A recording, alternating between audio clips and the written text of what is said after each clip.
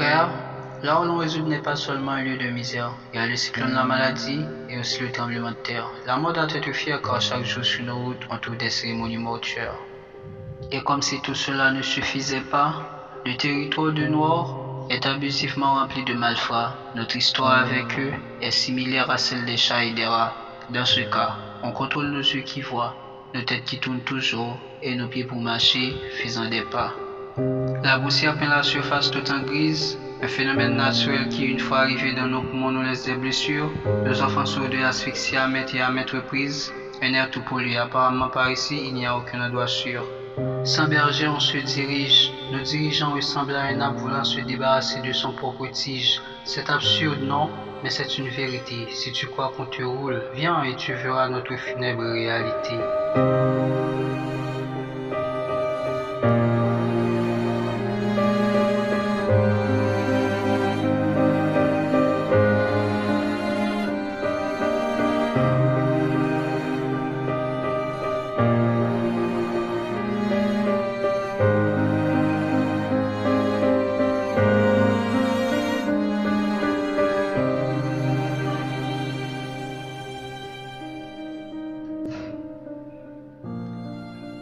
Dans une petite ville se trouvait une dame que l'on appelait Marie, une mère de 4 filles, vivait dans une maison mais sans mari.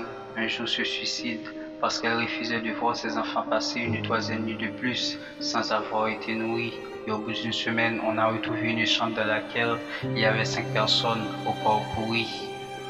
La mort, au lieu de nous attaquer physiquement, préfère outrageusement jouer avec nous psychologiquement. Un jeu pour certains gens dans lequel on la supplie de mettre un terme à tout, et pour tant d'autres, l'un la souffrance et la résilience sont les seuls atouts. Et par conséquent, on accepte de rêver de changer de vie, dans un lieu où l'on pourrait jouir librement nos envies, sans avoir un chevalier noir à nous tous, dans l'un où l'on n'aurait plus besoin de se comporter comme si on était dans une course. Nos domiciles sont mal construits. Les toits, eux, n'attendent qu'un simple petit séisme pour nous embrasser et tout détruire.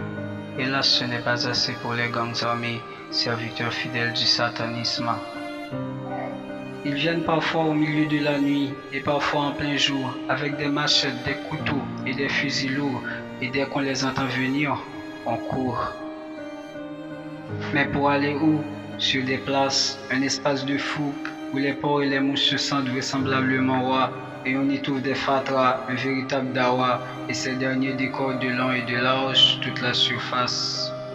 Exposés à la poussière, non pas seulement celles venant de la terre, mais aussi celles sortant de des dépouilles humaines brûlées et restées en libre air. Et quand le soleil se couche, le cas s'empire, certains sans rien manger, d'autres sans prendre une douche, doivent dormir. Et en notre compagnie des insectes nuisibles, comme les mille-pattes, et aux environs de 2 heures jusqu'à 4 heures du mat, vient une sinistre forte température, un peu agréable, mais assez délicate.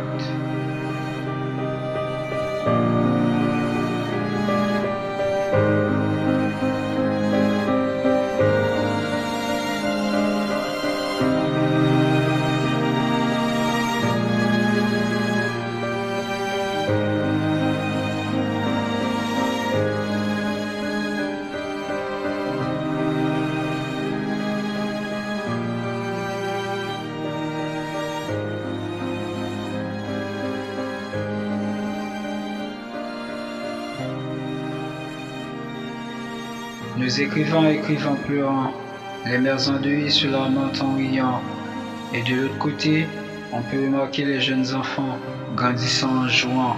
Ceci dit, on vit la vie pleinement, mais en souffrant. C'est une façon de te dire, frère, avec des mots légers, que dans ce pays dur, on est et on vit en danger.